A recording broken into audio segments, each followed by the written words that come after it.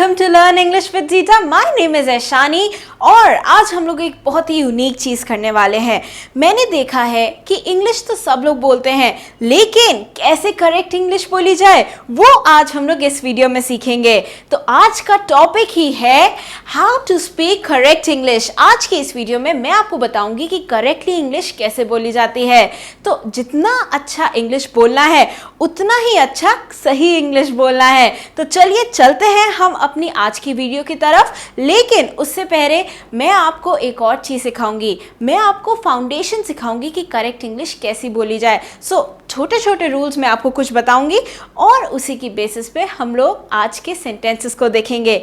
तो चलिए चलते हैं हम अपनी वीडियो की तरफ, लेकिन उससे पहले सब्सक्राइब कर लीजिएगा अगर आप इस चैनल पे नए हैं, and like the video if you like it and share it with all your friends. तो चलिए सबसे पहले हम लोग अपने पहले कॉन्सेप्ट की तरफ बढ़ते हैं, जो कि है बी का कॉन्सेप्ट। सबसे पहले आज हम लोग बात करेंगे बी के कॉन्सेप्ट की, जो कि बहुत ही इंपॉर्टेंट होता है।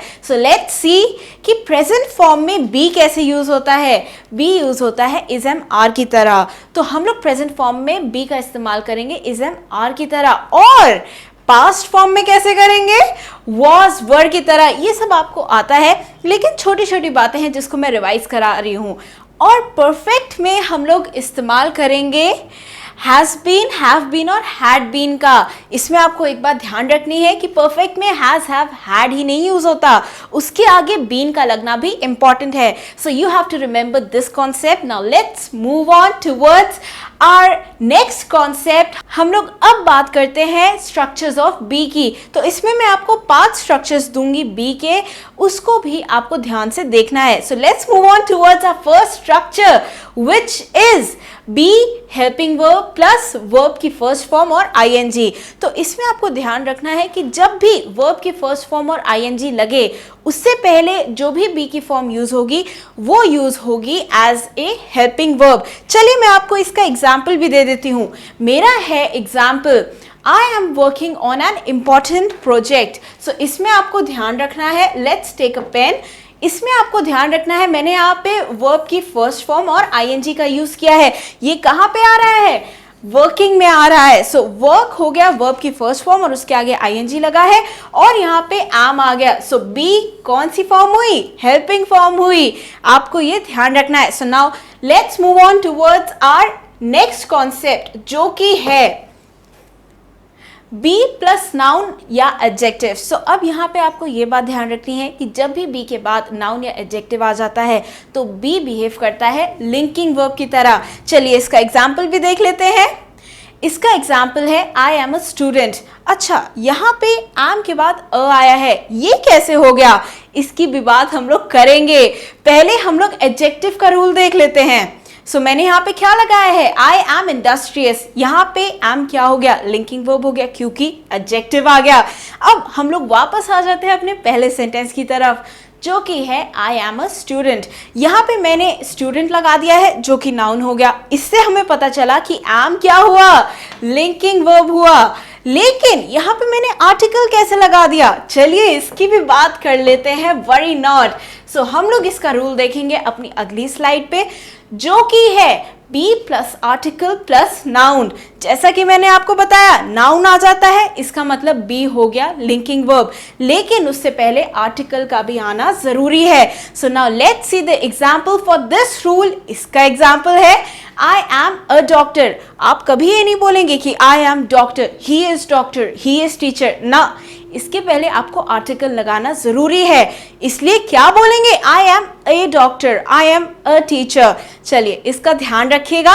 अब हम लोग बढ़ते हैं अपने अगले रूल की तरफ। नाउ लेट्स रेस, और पेन भी ले लेते हैं और बढ़ते हैं हम लोग अपने अगले रूल की तरफ, जो कि है be plus adverb plus adjective.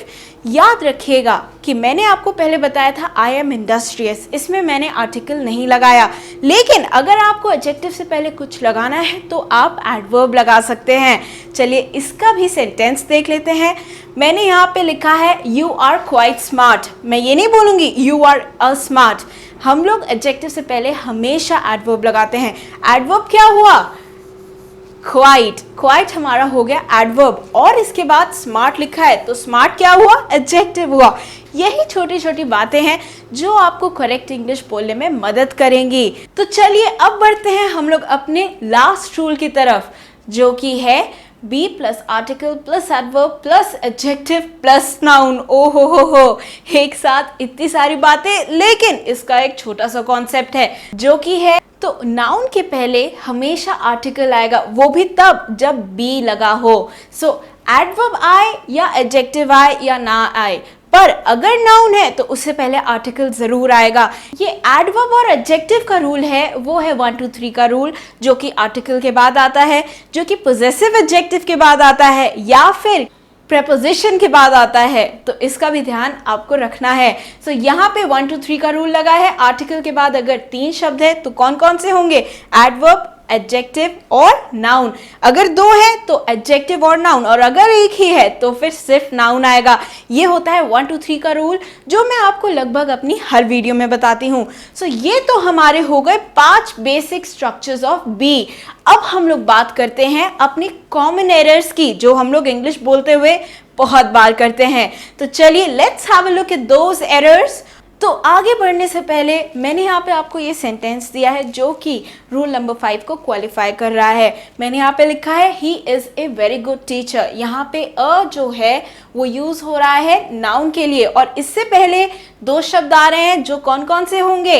Adverb, so this is our adverb, और एडजेक्टिव, ये हो गया हमारा एडजेक्टिव। इसका आपको ध्यान रखना है। So now let's move on. हम लोग आगे बढ़ते हैं और आगे बढ़ते हुए देखते हैं कि हमारी common mistakes in spoken English कौन कौन सी है। कुछ मैंने आपको बताई है जो कि आज मैं डिस्कस करूंगी। तो चलिए बढ़ते हैं हम लोग अपने पहले एरर की तरफ, जो कि है ये देयर इज मच डस्ट या फिर देयर इज मच डस्ट। कौन सा सही होगा? जल्दी मुझे बताइए कमेंट सेक्शन में लिखकर, मैं आपका इंतजार कर रही हूँ। जल्दी से बताइए मुझे चैट बॉक्स में या फिर कमेंट सेक्शन में लिखकर, इन दोनों सेंटेंसेस में से कौन सा सही सेंटेंस होगा। तो आप लोगों ने बता दिया होगा। इन दोनों सेंटेंसेस में से जो सही होगा वो है सेकंड वाला सेंटेंस, क्योंकि डस्ट होता है एक सिंगुलर अनकाउंटेबल नाउन। इसके बाद हम लोग एस का इस्तेमाल नहीं कर सकते हैं। पहले सेंटेंस में मैंने डस्ट के आगे एस लगा दिया है, जो कि गलत होता है। और अब हम लोग देख लेते हैं हम लोग मच कैसे यूज कर सकते हैं। तो मैंने अपने अगले सेंटेंस में लिखा है there are many dust particles. तो इसका भी ध्यान रखिएगा कि सिंगुलर अनकाउंटेबल नाउन के पहले मच यूज होता है, लेकिन अगर हमें उसका प्लूरल बनाना हो तो प्लूरल मैंने कैसे बनाया? डस्ट पार्टिकल्स लिख करके।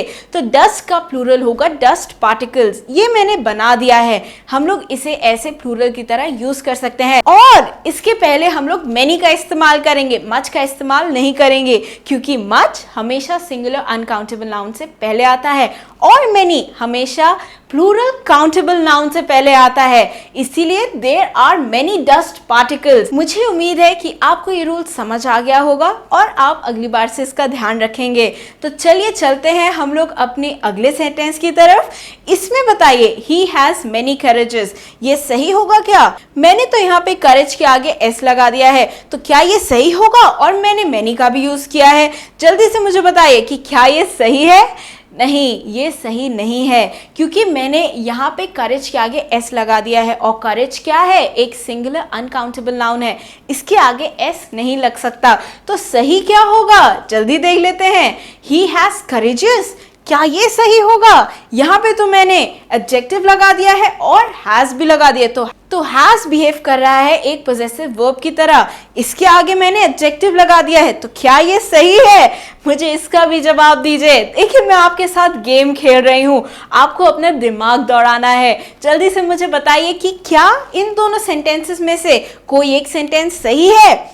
नहीं, सही नहीं है, क्योंकि सही सेंटेंस कौन सा है? He has much courage। देखिए मैंने आपको ऊपर क्या बताया था, सिंगुलर अनकाउंटेबल नाउन के बाद एस नहीं लगता, और दूसरा रूल क्या था?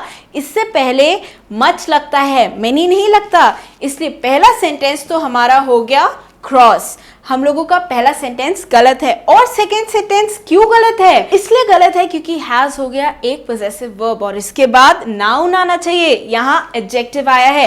हाँ, अगर इसको सही करना हो तो हैज के आगे बीन लगा सकते हैं क्योंकि हैज बीन क्या हुआ? परफेक्ट फॉर्म हुई बी की। ये मैंने आपको पहले ही बताया है इस वीडियो में ही। तो ये हो गया इसका सही सेंटेंस। अब बढ़ते हैं हम लोग अपनी दूसरी कॉमन एरर की तरफ, जो कि है ये There were less people। अरे ये तो सही है, इसमें क्या गलत बोला मैंने? ये तो बिल्कुल सही है। There were less people at the party, so I didn't go there। इसमें मैंने क्या गलत बोला? चलिए ये भी देख लेते हैं। इसका सही सेंटेंस होगा There were fewer people। तो यहाँ पे मैंने लेस की बजाय फ्यूअर का यूज किया है। क्यों यूज किया है? क्योंकि पीपल एक प्लूरल काउंटेबल नाउन है और हम लोग लेस का इस्तेमाल सिंगुलर अनकाउंटेबल नाउन से पहले करते हैं। जैसे कि there is less water in the jug, यहाँ पे लेस का इस्तेमाल मैंने सिंगुलर अनकाउंटेबल नाउन से पहले किया है, जो कि सही है। लेकिन यहाँ पे पीपल क्या हुआ? पीपल हुआ हमारा प्लूरल काउंटेबल नाउन, इससे पहले हम लोग फ्यूअर का इस्तेमाल करेंगे। सो यही एक छोटी सी कॉमन एरर है जो अब आपको समझ आ गई है।